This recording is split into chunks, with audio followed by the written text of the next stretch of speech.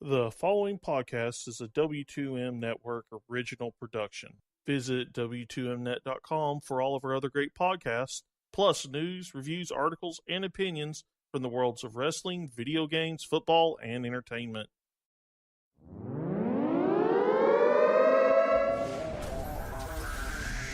Wrestling to the Max, Monday Night Raw, Review.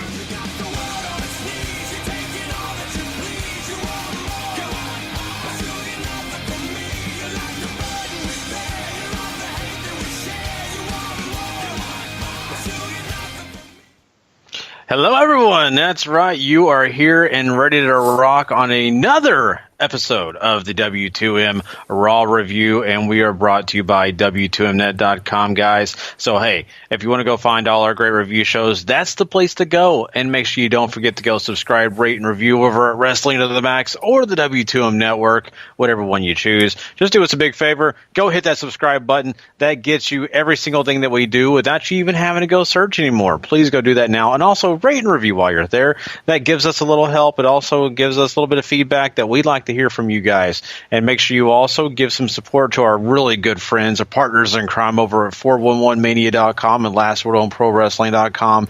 We appreciate all that they do for us, and hey, we want to make sure that we give them support. I, of course, am Gary Vaughan, and along with me is your host, Paul Leazar. Heyo. And Paul, we are on the following night of the Royal Rumble. This is, of course, all the fallout from it. This is a Monday Night Raw that we were really curious to see what was going to take place following such a big event. And I am so ready to talk about this. When we did our Monday Night Raw review last week, we kind of led up to a few things and kind of talking about what could happen. Now that we know what did happen at Royal Rumble, as we talked about also on our Rumble review, I wanted to hit the fast forward button. We're finally here. Let's talk about this thing, Paul. Of course, and if you haven't listened to our Royal Rumble review, we have that up where we the usual locations: iTunes, Spreaker, Podbeam, everywhere we already are. That's up there. If you want more opinions of what myself and Gary and Sean do. Both Harry Broadhurst and Brandon Obisco also did knee-jerk reactions right after the shows were over, pretty much.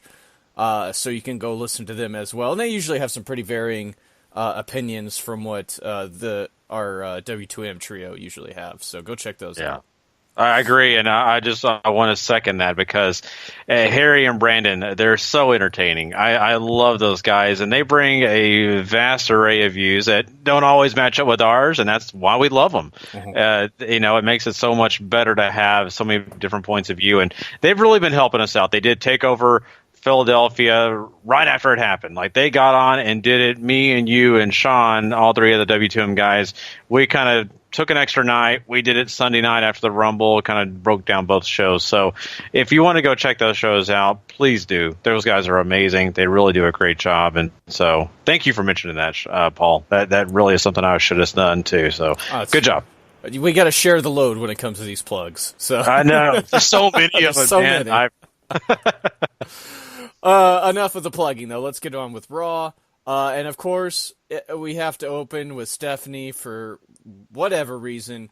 And she's basically praising and putting over how great the Women's Rumble match was, which, of course, it was a lot of fun and all the great stuff. And then she brings down Asuka, who, of course, is your winner, and announces that Alexa Bliss will be defending the Raw Women's Championship in the Elimination Chamber for the first time for the ladies, so very cool for them. I already hate, however, once again, that it's about making history. It's not about feuds. Okay. I'm gonna have to get over myself with this at some point, because it seems to be the point until it's gonna be all over, so. Oh, I know. It's okay. Asuka still has not picked who she wants to face at WrestleMania yet. However, she lets everybody know that she plans on walking out of WrestleMania as a champion because, of course, nobody is ready for her. This, however, brings out Sasha Banks, who, puts over the fact, once again, that all the ladies participating in that Rumble match made history last night. She congratulates Asuka. However, She believes she is ready for her and is ready to face her one-on-one this evening, which Stephanie very quickly obliges her for. This is fine. Once again, another big match without a story going into it. It's about history. That's all this is, and it's probably going to bug me until we get through all this, but it just... Why can't we tell a good story to go along with it? Like, don't tell me you're making history, just show me. I understand, you know? Hey, you bring up some valid points there, and I'm not far behind you on that idea. You know, I think really WB is just obsessed with history. It's obvious. Raw 25 last week, when we talked about all that endured in that show, it was really about showcasing everything that they did, all the successes, all those legends that made a big presence known and made a big milestone here, there, and everywhere, all throughout WWE's history. And now they're trying to redo that. I think they've realized over time that the most recent history that they've created has not been as big as some of those past milestones, like in the 80s with Hulk Hogan, Savage, and you go to the 90s with Austin, The Rock, the list goes on. They have kind of saw and realized that the list of guys that they've had in the 2000s and, you know, now the 2000 teens have not been exactly as powerful. And I think now they're trying to say, hey, we're still doing it, guys. We're still making things happen. Here, check this out. And they're putting it in front of our face. And maybe that's me kind of evaluating it from a point of view that's not true. I don't know. I just kind of feel like that's the truth. But saying all that to sum up this whole situation, I get it, and you'd get it, Paul. These are milestones. But, man, the stories are what brings people to the table. Right. History is just history. Think about all the people I just mentioned in the 80s and 90s. What did they do? It wasn't about, you know, history making moments. It was about them creating their own history. Let's do that again. And I think we're going to get that. And I think they're doing it to an extent. I think that this roster of young men and women have really done a great job of doing some things that we have not seen in a while. And that's have some outstanding matches, having some really big presence in the ring. So we'll see where we go from here. But you're right. The stories are lacking. They're just pointing towards that, you know, the glass ceiling breaking every time we turn around, and I'm kind of done with it. Elimination Chamber, how many times are we going to get beat over the head with the first women's Elimination Chamber? How many times are they going to beat us over the head with that, Paul? Lord knows. We're not getting Elimination until February 25th, so we're going to get this a whole bunch, I'm sure. Through just months or weeks of just getting abused with making history once again. And like I said on the Rumble review, I'll give him credit, because the Rumble very much felt like acknowledging both the past and the present and what everybody did to get to this point, and I thought it turned out to be a really cool thing, right? So I kind of gave him a little bit of a pass here. Obviously, that is not what this is going to be about. I mean, you know, it's 6 women in pods and in a big steel monstrosity going out there and putting it all on the line.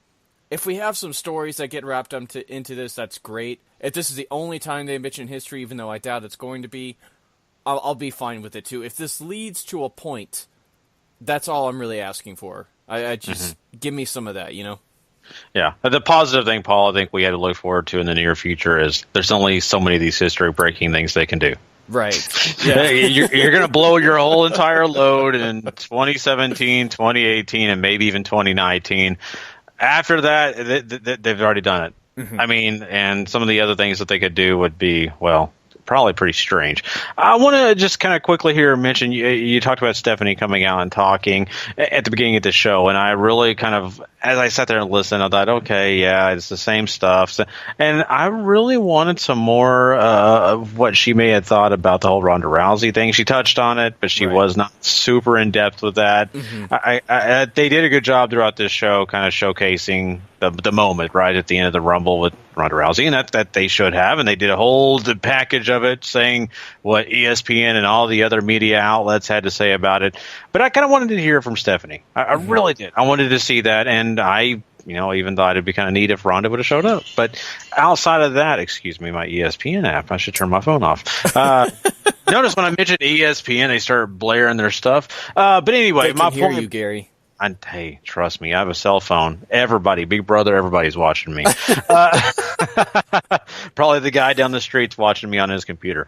But no, the seriousness of this is that we do have some great things coming, and I really wanted, Stephanie to say that. But, it is what it is with her. I think the coolest thing here is you do have Asuka come out, and without her forcing herself to speak, 16 lines of English, she spoke her Japanese. She got the crowd popped just with that. I loved it. It reminded me, when we're talking about legends, I thought about so many of the legends that didn't speak English in this industry that came out and spoke their language and got it over. And I think Asuka's the same way.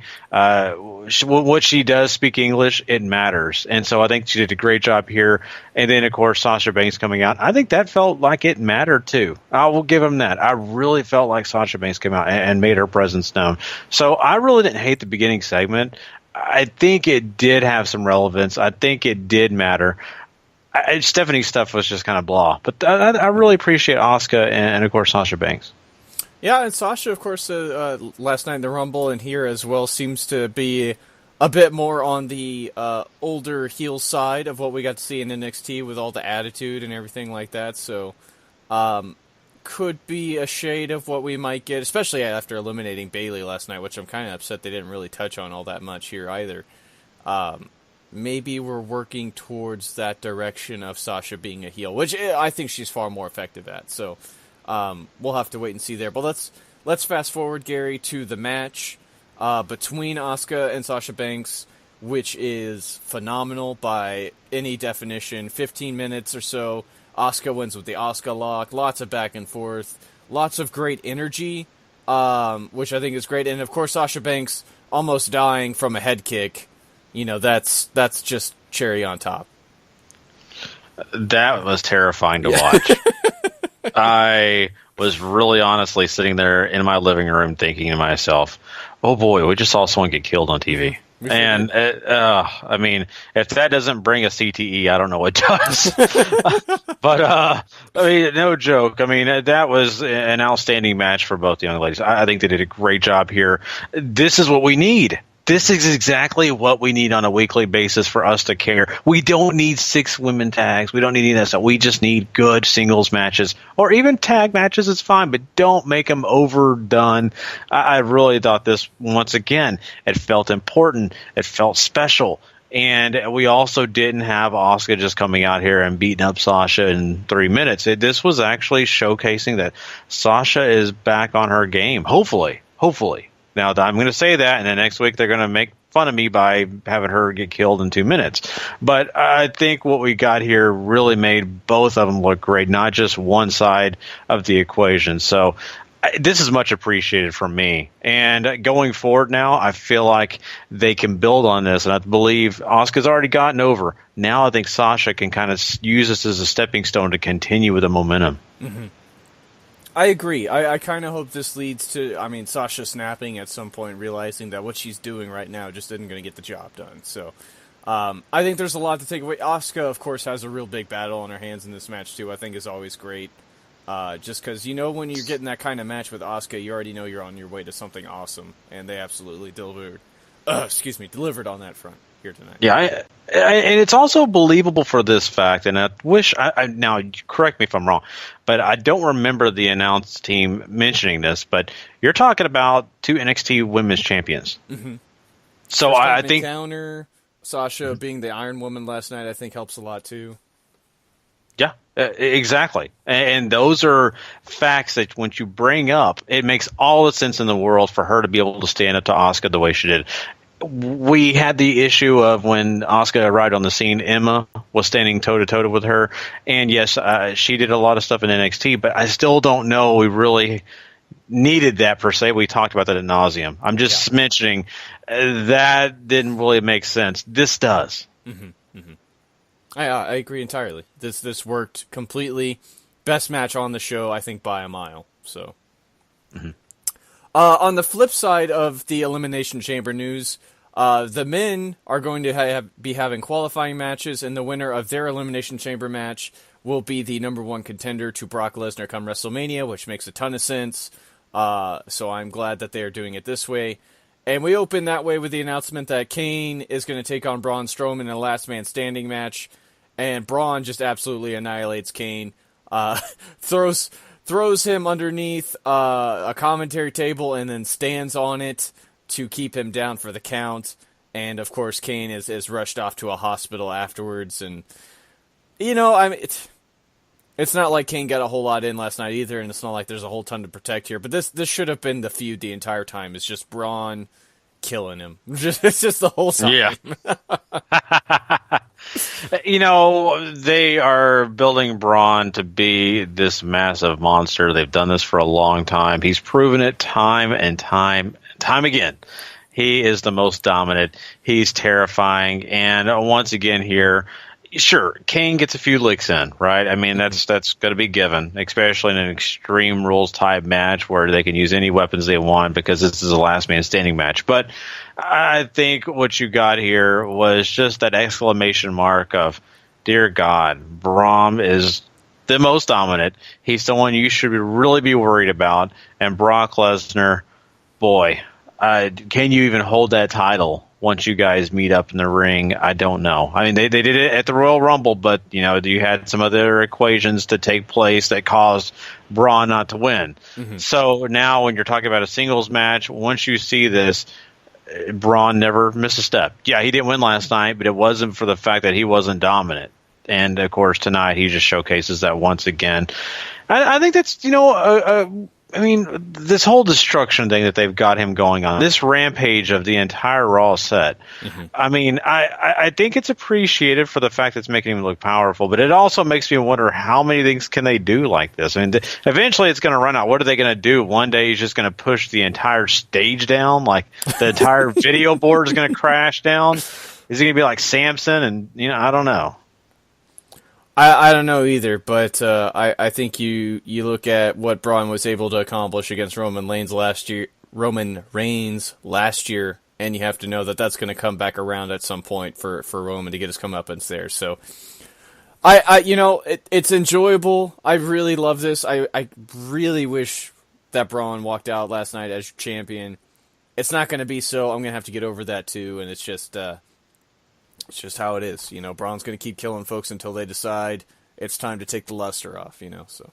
Mm-hmm. Yeah, and, as we follow the story with Braun, it's going to be really interesting to see, besides Roman Reigns, who kind of honestly has made Braun stumble a bit at times, right? No one else has really done that, not even Brock Lesnar. Right. So I think that there's a lot of stuff that we're going to see in the future that could really be interesting to add to that equation. But as we sit here right now, they're just going to prove this time and time again, Braun's the man, and okay, I get it. Well, let's see what else is next. Yeah, exactly. Graves interviews Braun after the match. Braun said he did his job. He's the last man standing. At that point, we'll keep getting harped home as he runs into Kurt Angle later on, who is yelling at him for what he did, for destroying the set, essentially. He says he's going to win the Elimination Chamber and then defeat Lesnar at WrestleMania.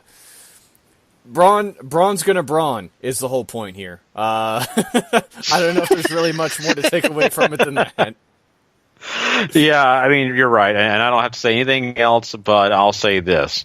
If you're an NXT fan, Ember Moon, take notes on this. Mm-hmm. Just saying. It'll help your promos.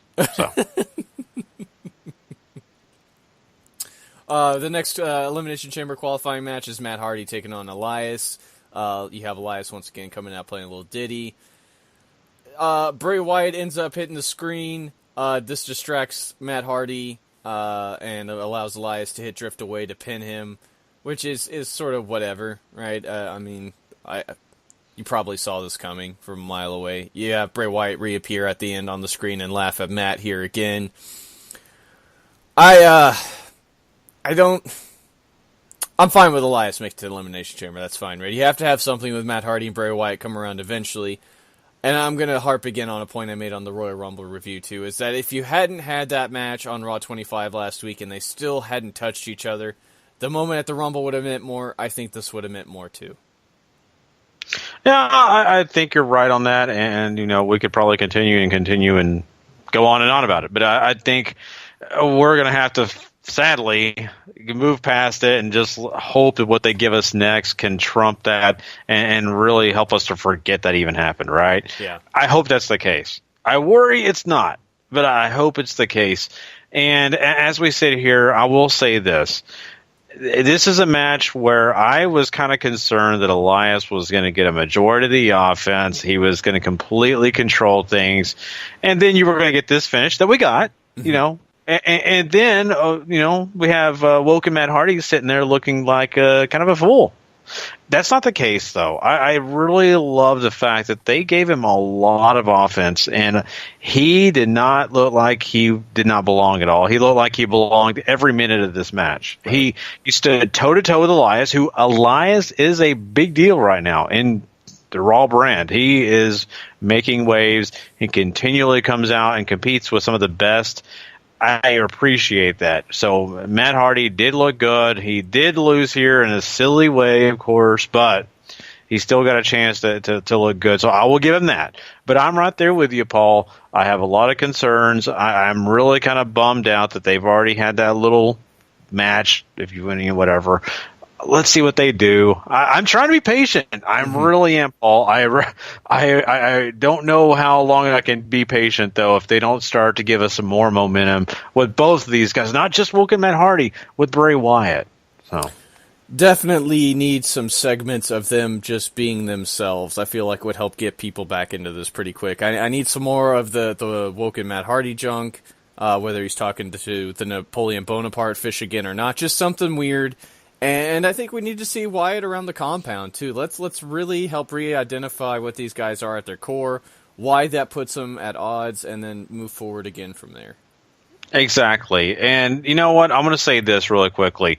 We've seen many, many times in WWE's history of them having some of these superstars go out on the street or appear at the grocery store, just random places, right? And in those, times when they're doing the outside stuff, they kind of bring the characters to the real world. Let's do that with Woken Matt Hardy.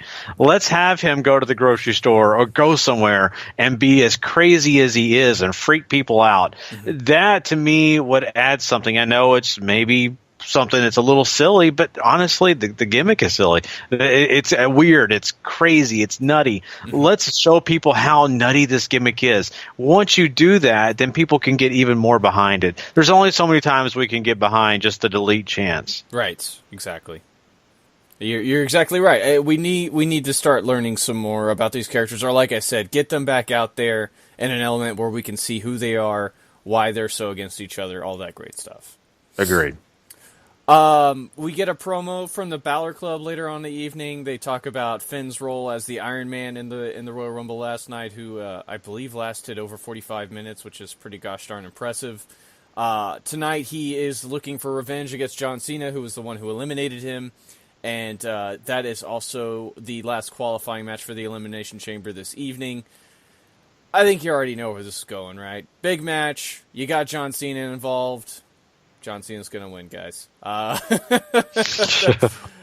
off the second rope to really make sure Finn's down, which I guess at least there's that. I thought Finn also gets in a fair amount here, and really that led to Cena struggling to try to keep him down. So Cena, once again, going back and doing all of the WrestleMania pointing again. So Cena sort of doubting himself, I think, throughout this really helps. And all that great stuff. I just kind of wish Finn was in the chamber. Yeah, that's the big sad part about this is Finn in the chamber. I could already picture it. It just looks so good. I could only imagine some of the things he could do.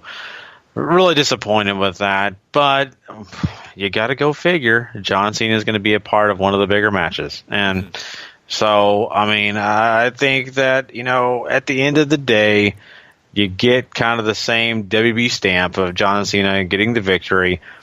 I will give them credit, though. They did do what you said. Finn got some offense here. He was really shining throughout this match. I really also thought they kind of did a slow pace at the beginning here with all the holes and really trying to be, meticulous throughout this entire match to kind of really show the ability and some of the intelligence of Finn Balor. I appreciate that part of it. I just think the end result kind of left you with going, okay, next. Yeah. So, I mean, you got to give him credit.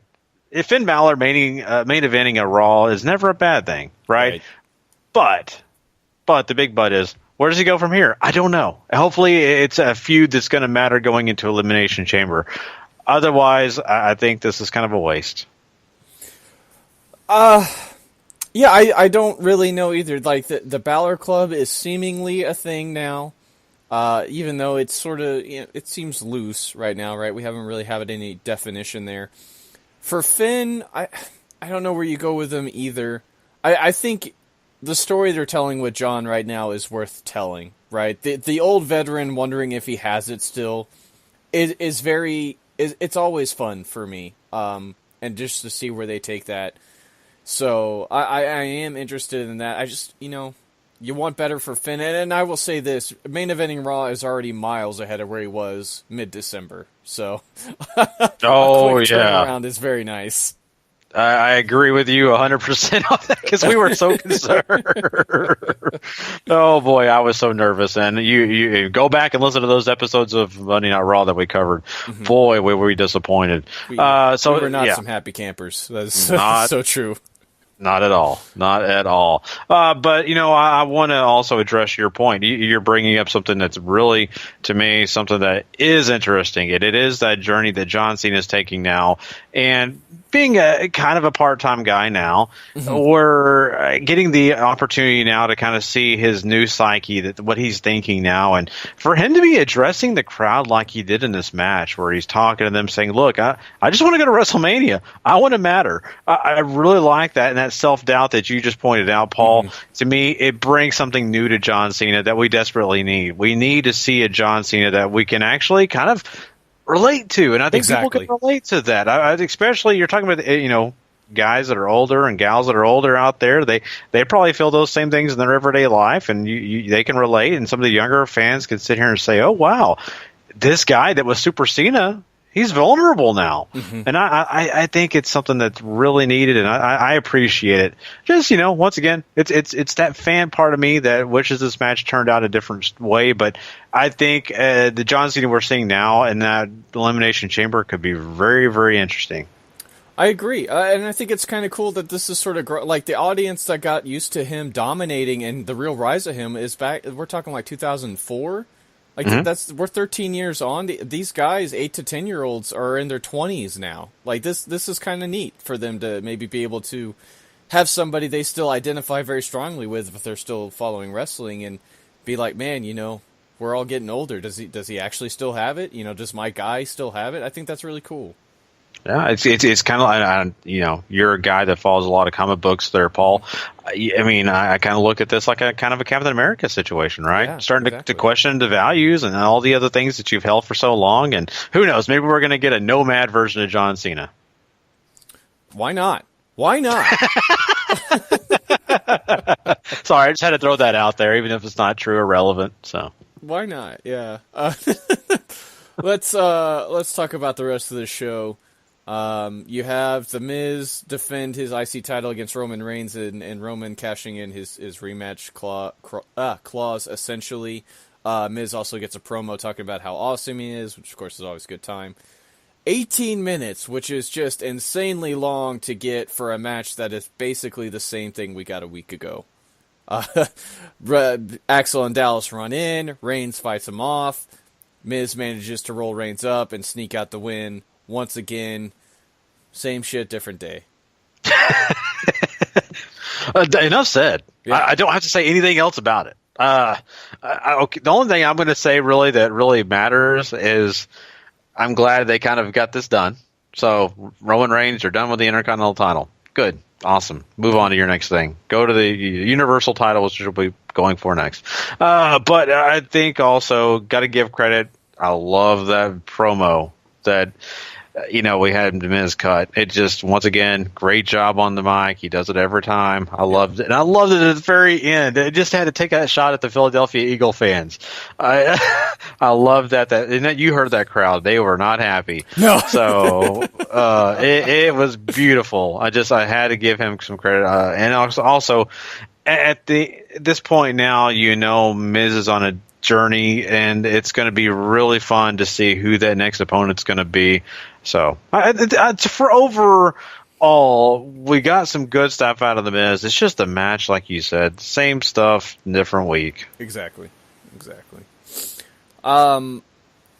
So we'll talk about the rest of the show, and I want to talk at the end here before we sign off too about what wasn't on this show, because I think that's just as important.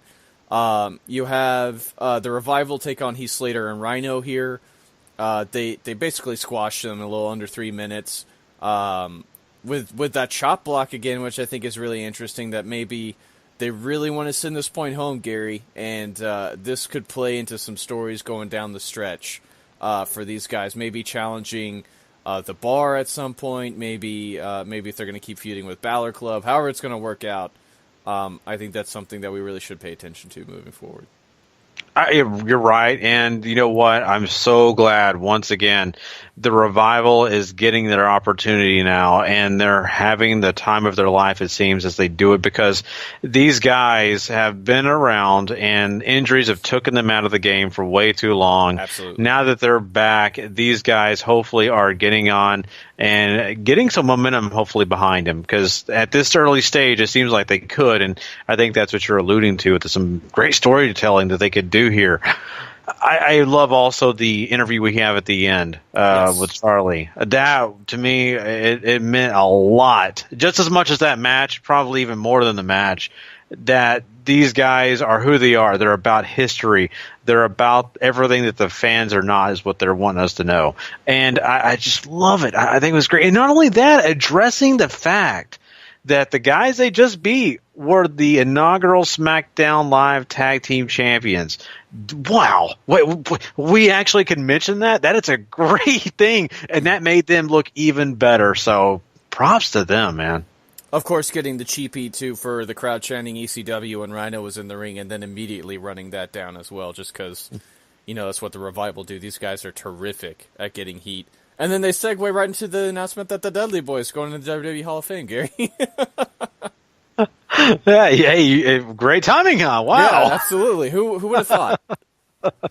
Hey, what a great video package, too. I thought the Dudley's video package, I'm saying that, people are like, good God, dude. They always do a great job. But I'm just going to be honest, I loved it. I sat there just thoroughly entertained. It made me nostalgic. I just really enjoyed that video package that they put together. So props to them. And I'm really super happy for the Dudley Boys. Really, really excited. I mean, these guys absolutely deserve it. Not only WWE Tag Team Champions on multiple occasions, not even, ECW Tag Team Champions on multiple occasions. They managed to win the WCW Tag Team titles when they were still around, post buyout, of course, during the Invasion era and all that. And, of course, IWGP Tag Team Champions, TNA Tag Team Champions. You're only missing, really, the ROH Tag Team titles to hit the... We won basically every major tag title in the United States and abroad. That really, I guess, count for a lot of people. I know, but it's kind of a situation where I wish they could still do it, but they're doing the whole thing of moving away now for the Dudley Boys. But that would have been so great to see them become Ring of Honor champions, just so we could have them be the guys that held every single tag team title out there. Exactly. We also have the tag team titles up for grabs here tonight as well, Gary, as Sheamus and Cesaro attempt to fend off Titus Worldwide, who, of course, have gotten a couple wins over them in the recent weeks here on Raw. And thankfully, at least WWE recognizes this and like, hey, these guys probably deserve a title match. And we get the Bar end up overcoming here on Apollo after Apollo sort of gets a bit of a run. Ends up beating the Double Team White Noise. That's all she wrote. I thought this was fine, right? Titus kind of bores you a little, but I think Apollo coming in at the end really keeps it all fresh, and the energy ramps back up again. Of course, Sheamus and Cesaro know what they're doing in this role, and they just crush it every single time. Yeah, and you know what? I mean, you got to get, behind the bar a little bit because those guys are so great. They just have it. I mean, I'm sorry to say that, we're not getting exactly everything that we were about, 3-4 weeks ago from the bar, maybe even a little longer, but we're still getting good stuff out of them. And this whole thing coming forward with Titus Worldwide and all that stuff, it's actually starting to work a little bit better than it was. I really thought this match lived up to be something better than I was going to expect it to be. I really kind of come in thinking, it's going to be halfway done, and it's whatever. But they really put on a great performance. I really kind of started to get behind them. I really thought that Titus Worldwide, at the most looked really like they belonged, and I think that's very, very important. I think especially if they want to build this tag division to be something that's serious, they've got to have all the tag teams involved matter. I'm starting to feel like Titus Worldwide actually matters. So good job on them. Yes, the bar does retain their championships, and they should. Even though it would have been fun to see, Titus Worldwide having gold. I think that's down the line possibly, but right now the bar holding the gold, it just makes more sense. Yeah, I also feel like with injuries to Sheamus and maybe that being what we're getting for the chop block thing for the revival, I feel like that might be the story going towards Elimination Chamber is going to be those two teams, which I hope so. Like that could be some really, really terrific tag team wrestling, and I want to see it pretty badly. So let's move that way, WWE. Yeah, I agree, and I want the revival to mention every old tag team out there that they could think of. Yeah, just laundry list them. Names we've never heard of for sure. So. Right. So that's everything on this episode of Raw. We don't get any cruiserweights. We don't get any reaction from Jason Jordan or Seth Rollins. And we barely have really any fallout from the Universal title. Like, there's some major storylines, I think, that are missing on this show because they dedicate a good portion of this show to wrestling. I don't think there's really there's that one squash. I think everything else is basically 8 to 10 minutes plus, right? Which is incredible. So if you really like wrestling, this is definitely the episode to check out just because there's so much of it, and most of it's pretty good. But it's strange to me. No Jordan, no Rollins. Oh, yeah, it's very odd. And, everything you just said, Paul, makes me feel like we just did a whole review over an episode of Ring of Honor. Right. So, some of the storylines weren't there tonight. They'll be there next week. That's the way it works. And you know what? This is totally fine. It's totally fine. It's a 3-hour show, yes, and they probably could have slipped in some of that stuff, but instead of just throwing everything in there and making it just a big pot of gumbo where you just throw a bunch of food in there, whatever it is, they actually made a meal for you that had different portions, and then they saved some things for next week to have a new meal. I think it's great. I think it works. And I hope it's a pattern that they continue on. Will they? Probably not. But I would love to see it because I think for the most part you got a lot of great stuff here. And I'm going to throw a rating on it that I really I'll be honest with you. I didn't want to give it a rating that was high because I kind of figured as I walked into watching Monday Night Raw, it was not going to live up to anything special. It did. I kind of felt like I was entertained the entire way through. Lots of good wrestling, some really good stuff. People felt like they mattered. The feuds felt like that they actually had a lot of continuity. I'm going to give this thing an 8, Paul. I thoroughly enjoyed it. Yeah, I really did. I come on and give this show a lot of times a 7. I'll say it's a 7 because it's very average. They did not do average to me. I think all the wrestling mattered. I was really impressed. So I'm going to give it a high number. I'm going to give it an 8. Wow. I don't know if I'm willing to go 8 on this. Sasha Banks, Asuka, absolutely worth your time. The main event certainly is too. I think there's a lot of intrigue up and down the card. Some of this is a little blah for my taste, especially the IC title match, which just goes way too long for what it actually is. Everything else, is pretty good. So I think I'm gonna go 7. I think this felt. I'll go 7.5. This is a little bit of above average, and it's absolutely worth your time to check out too, especially if you're looking for some wrestling. I agree. I totally agree. And I think there's a lot of stuff, hopefully next week, that we'll be really behind. And I'm really excited to see what they do give us with that Seth Rollins and Jason Jordan story. And if we do have the cruiserweights come back, and hopefully they find some good things to throw on to Raw if they are going to be back on the show. I like the new look, everything that they're giving us leading up to the road to WrestleMania. I mean, this is going to be a really interesting journey as we do lead towards that big show in April. So I'm really, really excited about it. And I know if you want to come find out everything that we have on this road to WrestleMania, there's only one place to go, Paul, and that's W2Mnet.com. If you go there, you go and find us. Everything that Wrestling at the Max has to bring to you, our normal episodes of Wrestling at the Max, Part 1 and Part 2, every single week will be there on W2Mnet.com, along with all these review shows. We do Raw. We also do NXT.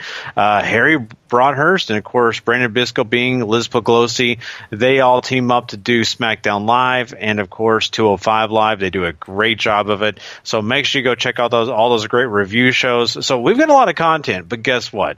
It's not just us, folks. Yeah, we just listed a bunch of things, but there's more content out there to find. There's other great wrestling shows on our network. The W2M Network is the place to go and subscribe, rate, and review. Also, if you just want us, Wrestling to the Max is there, but the W2M Network, trust me, it's worth your time. It gives you all the wrestling content you can handle, video games, entertainment, and a lot of sports. So you do not want to miss a minute of the action. That's why we plug this every week. We want you guys to get as much entertainment as you can handle. So that's the way to go do it. And also, don't forget to give our partners in crime some support.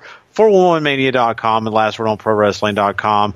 They, of course, have us on their, websites, and they also kind of promote us. So we want to make sure they get all the promotion that they can handle because they're excellent. They do some great articles, some things you do not want to miss out on. So that's a lot of great content that you guys want to go check out. I know I'm promoting the heck out of it, but trust me, everything I'm telling you, I go check out every single week, and I love it. So I want you guys to have the opportunity as well.